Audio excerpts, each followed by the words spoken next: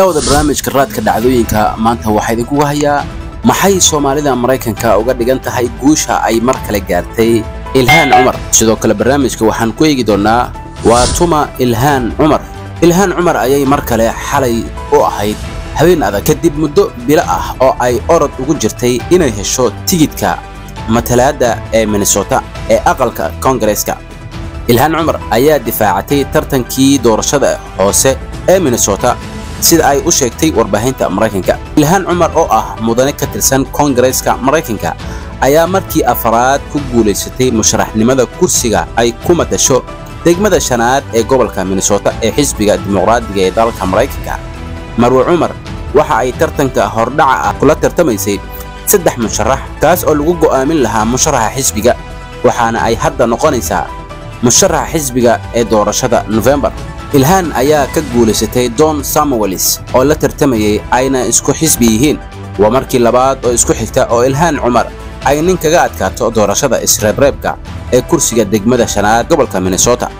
warbaahinta Mareykanka iyo Soomaalida degan gobolka Minnesota ayaa si weyn u hadalhayay doorashada todobaadyadii la soo dhaafay, iyadoo loo arkay mid ka mid ah tartamadii ugu adkaa ee matalaada kursigaasi, iyadoo boqolkiiba 99 codadka la tiriyay.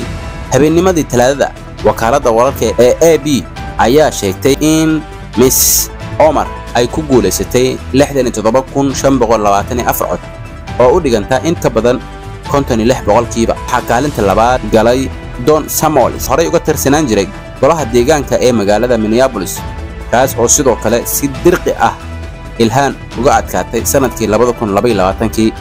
ku dhawaaqista guusheeda kadib, Ilhaan Cumar oo warbaahinta la hadashay ayaa sheegtay in guusha ay gaartay u ahayd guul weyn oo ay ku faraxsan tahay. waa guul aan rajeynayay, intii aan rajeynayay in ka badan ayay noqotay. doorasho adag ayay ahayd, wax kasta ayay isku dayeen, balse Ilaahay ayaa inoo fududeeyay ayay tiri Ilhaan. waxay si gaar ah ugu mahadcelisay Soomaalidii u soo baxay si ay ugu codeeyaan. Ilhaan ayaa sheegtay inay tani tusinayso in dadkii ka soo horjeeday ay ka badnaayeen kuwii doonayay. haddaba maxay Soomaalida uga dhigan tahay guusha Ilhaan Cumar? boqolaal ka mid ah taageerayaasheeda oo ay Soomaali badan ka mid yihiin ayaa ku sugnaa hoolka natiijada uga dhawaaqayay, iyadoo la maqlayay sacab iyo sawaxan markii la sheegay in Ilhaan ay heshay guusha. Xaashi Shaafi oo degan Minnesota in ka badan ka shaqeeyay doorashada dalkaasi ayaa xusay in waxa doorashada adkeeyay ay ahayd in dad badani doonayeen inay meesha ka saaraan Ilhaan Cumar.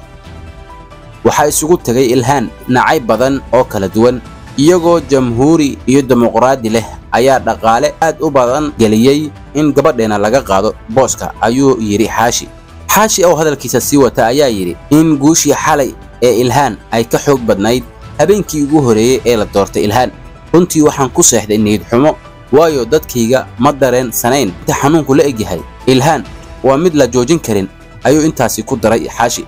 haddaba waa tuma Ilhaan Cumar. Ilhaan waxa ay ku guuleysatay kursiga gobolka Minnesota ee Congress-ka bishii November 2016, iyadoo ku guuleysatay xildhibaan aqalka wakiilada sanadkii 2019, iyadoo sidoo kale noqotay mid ka mid ah labada hablood ee muslimka ah ee ugu horeeyay abid oo loo doortay aqalka Congress-ka Mareykanka. qoyskeeda ayaa markii hore yimid Mareykanka iyagoo qaxooti ah, waxayna noqotay haweeneydii ugu horeysay oo xildhibaan ka noqota Congress-ka iyadoo xiran xijaab. waxaa hore loogu eedeeyay falal yuhuud naciib ah kadib markii ay ka hadashay Israa'iil iyo kooxaha u ololeeya dalkaasi. Ilhaan ayaa sidoo kale ka hadashay falalka islaam naciibka ah ee lagula kaco muslimiinta.